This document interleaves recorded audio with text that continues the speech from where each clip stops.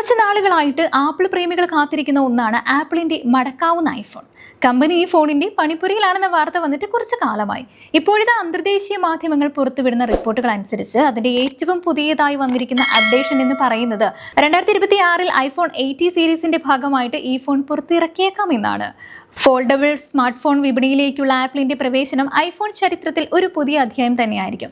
മാത്രമല്ല, ഈ ഫോണിന്റെ കടന്നുവരവ് ഉറപ്പായും സാംസങ്ങിന്റെ ഗാലക്സി ഇസഡ് ഫോൾഡ് സീരീസ് ഉൾപ്പെടെയുള്ളവയ്ക്ക് കനത്ത വെല്ലുവിളിയായിരിക്കും. ഫോൾഡബിൾ ഫോണുകളുടെ പ്രധാന സവിശേഷതകളിൽ ഒന്നായ ഹിഞ്ച് ഈ ഫോൾഡബിൾ ഐഫോണിലും ഉണ്ടാകും. ഒരു ലിക്വിഡ് മെറ്റൽ ഹിഞ്ച് ആണ് പുതിയ ഫോൾഡബിൾ ഐഫോണായി ആപ്പിൾ ഉപയോഗിക്കുന്നത് എന്ന റിപ്പോർട്ടുകളും വരുന്നുണ്ട്. ഇത് മറ്റു മടക്കാവുന്ന ഡിവൈസുകളെ ബാധിച്ചിരിക്കുന്ന ചുളിവുകൾ ഇല്ലാതാക്കുന്നു, ഒപ്പം ഈട് വർദ്ധിപ്പിക്കുമെന്നാണ് കമ്പനി അവകാശപ്പെടുന്നത്. മാത്രമല്ല, ഫോൾഡബിൾ സ്മാർട്ട് ഫോൺ വിഭാഗത്തിലെ ഒരു സാധാരണ പ്രശ്നമായ തേയ്മാനത്തെയും പൊട്ടലിനെയും പ്രതിരോധിക്കുവാനും ഈ നീക്കം സഹായിക്കുമെന്നാണ് പ്രതീക്ഷ.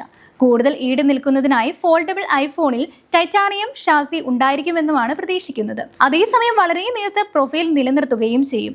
അതായത് മടക്കുമ്പോൾ 9.2 മില്ലിമീറ്ററും തുറക്കുമ്പോൾ 4.6 മില്ലിമീറ്ററുമായിരിക്കും ഈ ഐഫോണിന്റെ വലിപ്പം.